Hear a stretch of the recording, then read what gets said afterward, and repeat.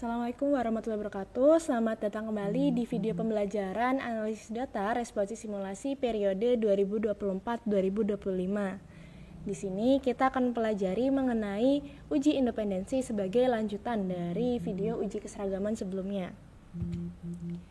Seperti yang sudah dibahas sebelumnya, di analisis data responsi simulasi terdapat 4 jenis uji yang harus kita lakukan untuk mengolah data sebelum dimasukkan ke dalam arena. Yang pertama ada uji kecukupan data, yang kedua ada uji keseragaman data, yang ketiga ada uji independensi data, dan yang keempat ada uji fitting distribusi. Video kali ini tentu saja kita akan membahas mengenai uji independensi data. Nah, untuk uji independensi data itu sendiri merupakan uji yang bertujuan untuk menentukan apakah antar variabel independen dan dependen terdapat hubungan nyata atau tidak. Nah, uji independensi ini dilakukan melalui dua metode, yaitu scatter plot dan juga run test. Sebenarnya di sini kita menggunakan uji independensi untuk memastikan bahwa data-data yang sudah kita ambil ini tidak memiliki ketergantungan lain dengan variabel tertentu, sehingga bersifat independen dan siap untuk digunakan. Nah, untuk interpretasinya sendiri, dengan menggunakan scatter plot, kita bisa melihat pola sebaran data apakah ia membentuk tren tertentu atau tidak. Nah, jika sudah, kita juga perlu untuk melakukan uji run test untuk mengetahui ada atau tidaknya autokorelasi antara data yang kita ambil dengan variabel lain. Di sini untuk melihat hasil dari run test itu sendiri dilakukan dengan cara melihat nilai dari asymptotic to tilt-nya. Apabila nilai dari asymptotic to tilt-nya lebih dari 0,05 atau S yang kita gunakan, maka ia dinyatakan independen. Namun apabila asymptotic to tilt-nya kurang dari 0,05, maka terdapat autokorelasi sehingga perlu dicek lebih lanjut. Oke, baik, langsung saja kita ke pengerjaannya.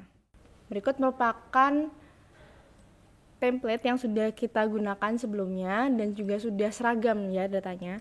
Setelah data dinyatakan seragam, barulah kita bisa melakukan uji independensi melalui scatter plot dan juga run test. Untuk scatter plot sendiri, kita bisa langsung saja pilih datasetnya, lalu kita sisipkan atau insert diagram. Nah, di sini masih diagram garis ya, karena tadi scatter plot maka kita ubah menjadi scatter. Oke, kalau sudah, di sini kita membutuhkan sumbu X atau nilai dari sebaran datanya itu sendiri. Yang pertama kita ambil dulu tentang datanya, bisa kita ambil dari nomor yang sudah ada. Oke, 46. Nah, nantinya data itu akan kita tambahkan sebagai sumbu X. Nah, jika sudah, nanti baru kita bersihkan dari judul dan juga lain-lainnya. Proses pengaringan.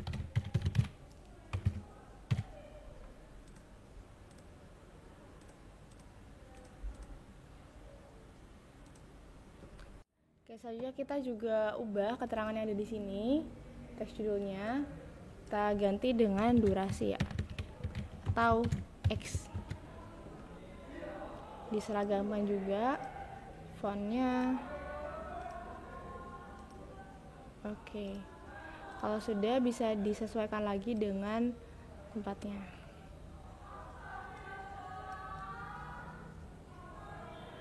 Oke, berdasarkan pola data scatter diagram diketahui bahwa terdapat persebaran data yang random, artinya masing-masing titiknya tidak membentuk tren tertentu.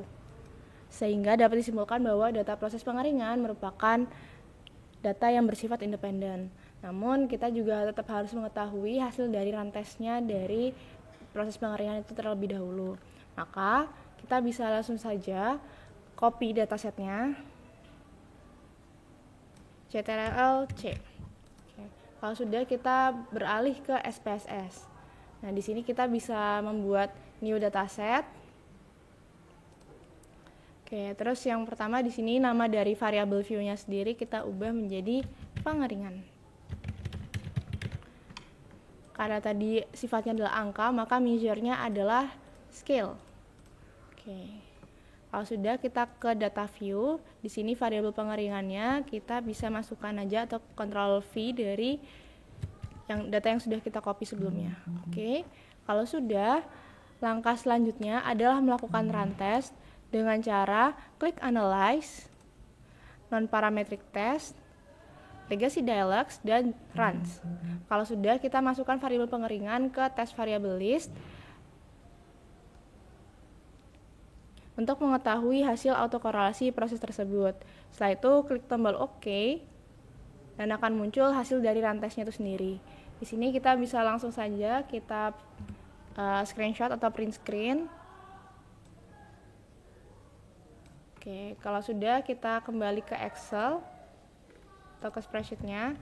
Kita masukkan hasil dari run testnya itu sendiri.